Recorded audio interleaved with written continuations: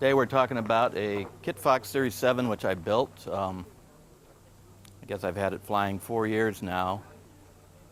I started with a group of 13 builders, and we got together and decided we were going to build a group of airplanes. I assisted the group in basically building most of the controls, me and my father. Then I actually pulled this plane out on my own and built it in 6 months. It's been flying for 4 years now. The building process was interesting. Actually, it took my life over. Consumed me most of the time. I actually owned my own business at the time, and I stopped working. I had my guys run the shop, and my wife left me alone, and I spent day and night building this airplane. I woke up several times in the garage sleeping just where I'd finally passed out. But the rewards have been great. I've flown the plane to Oshkosh 3 times. Took the Workmanship Award there in '06. The building process itself, it starts out with a little prefab work on the front end. A lot of just getting to know the project, a lot of manual time, and once you've consumed all that, it's time to get in, get your hands dirty. So we got in and started with the fuselage. You take all the mechanics of the fuselage up to the covering stage, and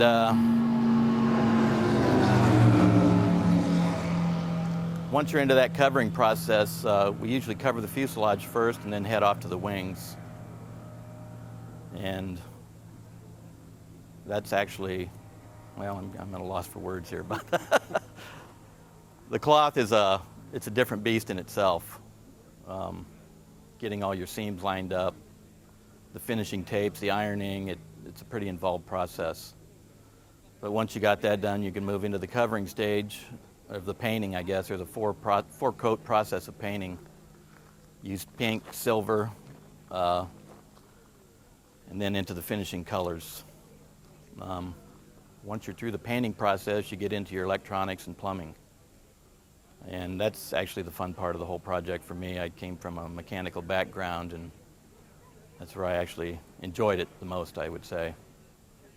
But it all came together, and you know, I've got it together. I've flown it. I've got 300 hours on the plane, and I thoroughly enjoy it. It's been a great experience. I share that with my father. He actually taught me to fly. I soloed when I was 16 years old, and I've been flying for 35 years. So it's a great experience. And currently we're building another airplane, so I get to do it all over again. But that's my story.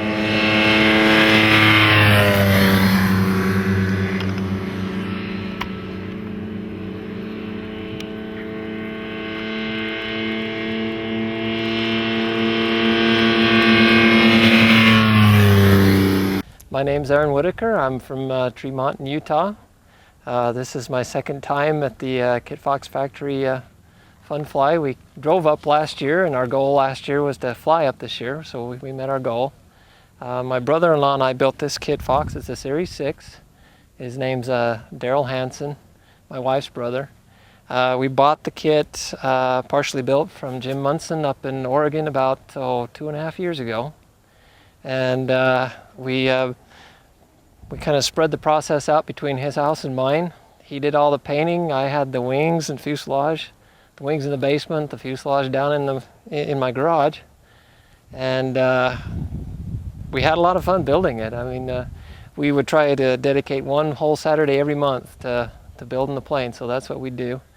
We get together one full Saturday, work for 12, 15 hours, and do everything we could. And then when we weren't together, we just had our own tasks that we did. My brother-in-law, he did all the painting in his garage. He did all the upholstery. We did the covering together. I did all the rib stitching on the wings. I did all the wiring. So we kind of split things 50-50. We had a lot of fun with it. So first flight was January 3rd, 2009, and we've got 80 hours on it so far. So having a lot of fun. Hope to do a lot more camping and flying around and just having a good time with it.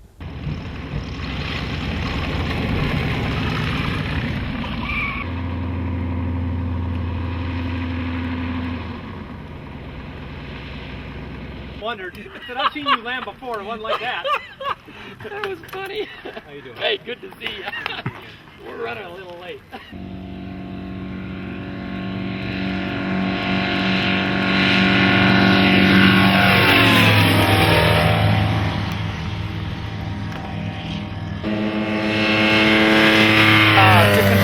The engine that I had on it before was a auto conversion Subaru, and it took quite a little bit to convert this out. I had to put on a new firewall forward system. I had to change all the cowling and the fiberglass on it to get this to work. These pieces are all factory, but there's these should be about 2 inches longer than what they are right now. I had to cut about a 2-inch strip out of each one of these to get this cowling to fit on here to make it look right.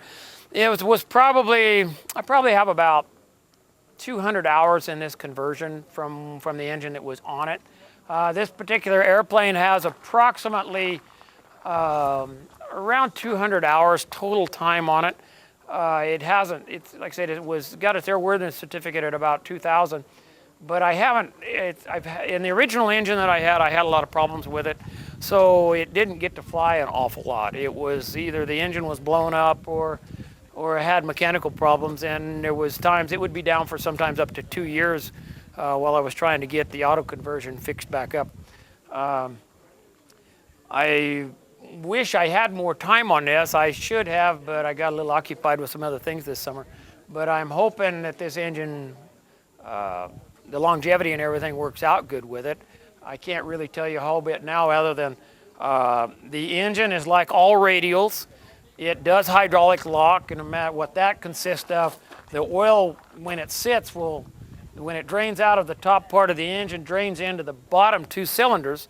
If it sits long enough, it'll run on the back side of the rings, and the oil will get between the top of the piston and the bottom of the head and creates a locking problem.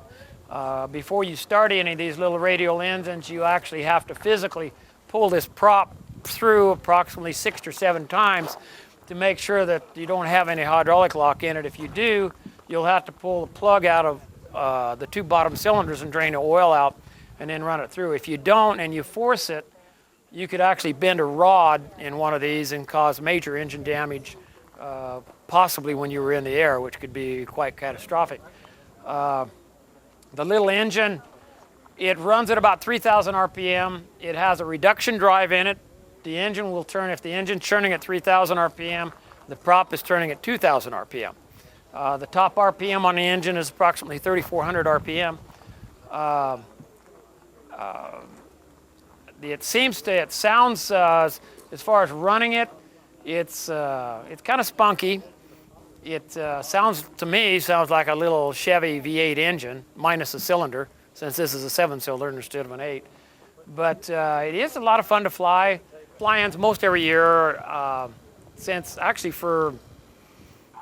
been coming to the fly-ins since about '96. I think when I first started coming, Dan Denny actually owned it, and I can't remember then it went to the other 2 owners that had it. I skipped a couple of them. When I first brought this airplane as a completion, I think it was in 2000 or 2001, this particular aircraft did win the Builder's Choice Award for that particular year. And I don't know if these people would know for sure, but it did win Builder's Choice. It's easy for me to come to the fly-in because I only live about 110 nautical miles from here, so it's not a big thing for me to come. And as far as Deborah and John, I try to support their business. I mean, I've got a Kitfox. I think they're a great little airplane. They're a lot of fun. And I usually always show up to support Deborah and John and what they're doing here. I think it's great. They've taken a business that, it's always been a great little airplane, but, in a couple of years here that they were kind of, the last company was going into transition to this company, it was struggling. And I thought there for a little while that the company might, I didn't know, a lot of us wondered if they was even going to come back and if the Kitfox was just actually going to fade and go away. But when John and Deborah picked it up, I think they've done fantastic with it at this point. And it's great to see them back in business, and it looks like it's going to be here for a lot of years to come. I think it's a great little aircraft.